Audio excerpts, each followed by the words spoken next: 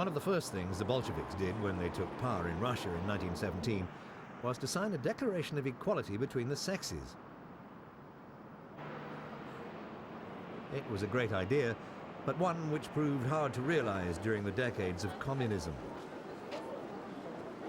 Many believe that it's only since the emergence of the free market that Russian women have had the opportunity to develop choices of lifestyle and individuality.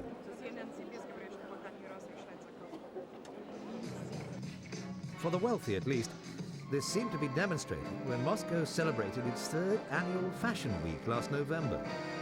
Top European and Russian designers presented their collections to a packed auditorium.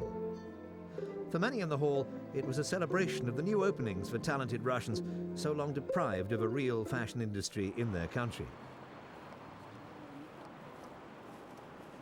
Designers like Slava Zaitsev feel that there's never been a better time for Russian women to find their own style.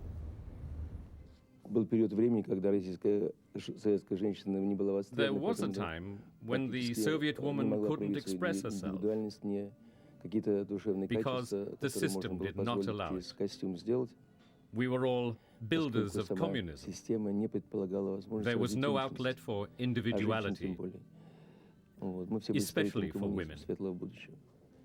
Now we have an era, a so-called democratic era, which has given them the chance to develop. But now, to be able to express themselves freely, they need money. The collapse of the communist system has meant the collapse of most of the old Soviet enterprises, where men tended to hold the top jobs. Today, women are able to compete for senior positions, and many firms are now hiring more female employees. This has brought about another sort of Russian revolution in the home. In Irina Grishko's family, she's the breadwinner, as her husband is now out of work. It's a role reversal which she welcomes. Because by nature, I am not a fighter, I am a challenger, and I want to get more and more from life. I don't mean money.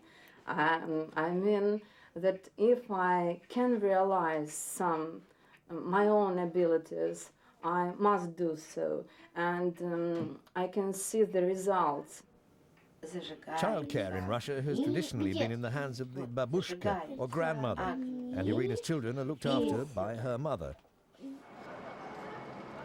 As more and more women join the workforce, many are now asking for childcare and social services to make their lives easier.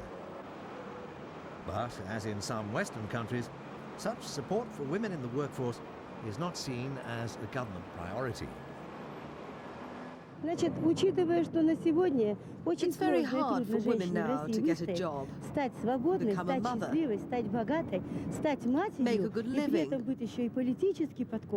be politically active.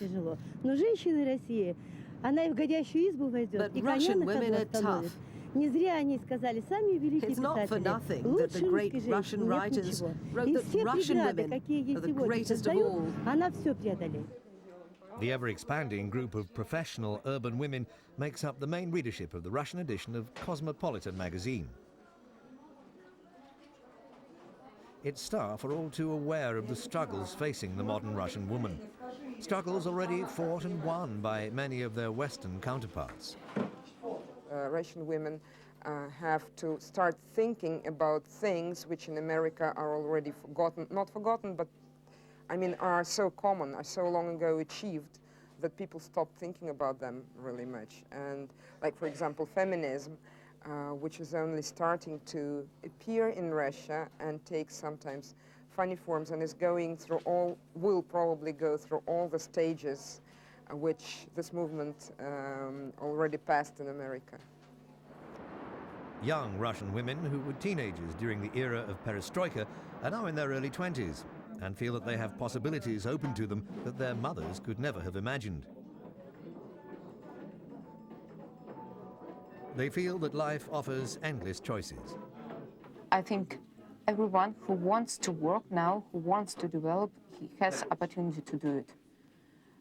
Because our parents' opportunities were limited by state. The opportunities might be there in the big cities, but in the countryside it's a very different story. People here feel largely unaffected by all the political and social changes of the past 10 years. They continue to farm, raise their animals, and live much as they have always done. Galina Kuchinova grows enough on the family plot to feed herself and her mother. She thinks that life is even harder now for both men and women. Women of Russia is a political movement fighting for greater equality. Ekaterina Lakova is its leader, and she campaigns in parliament for better legislation on abortion, health, maternity and childcare services. For us, for our movement, the main goal is to activate all women so that they're educated and prepared, so that they'll not be observers, but can take part in politics and realize their potential. And the government should create conditions to make this possible, especially for social organizations. Today, Russian women appear to have greater choice in shaping their futures, but there's still much prejudice and injustice to be overcome. For many, the struggle for real equality has only just been set in motion, and it'll be future generations who will truly benefit.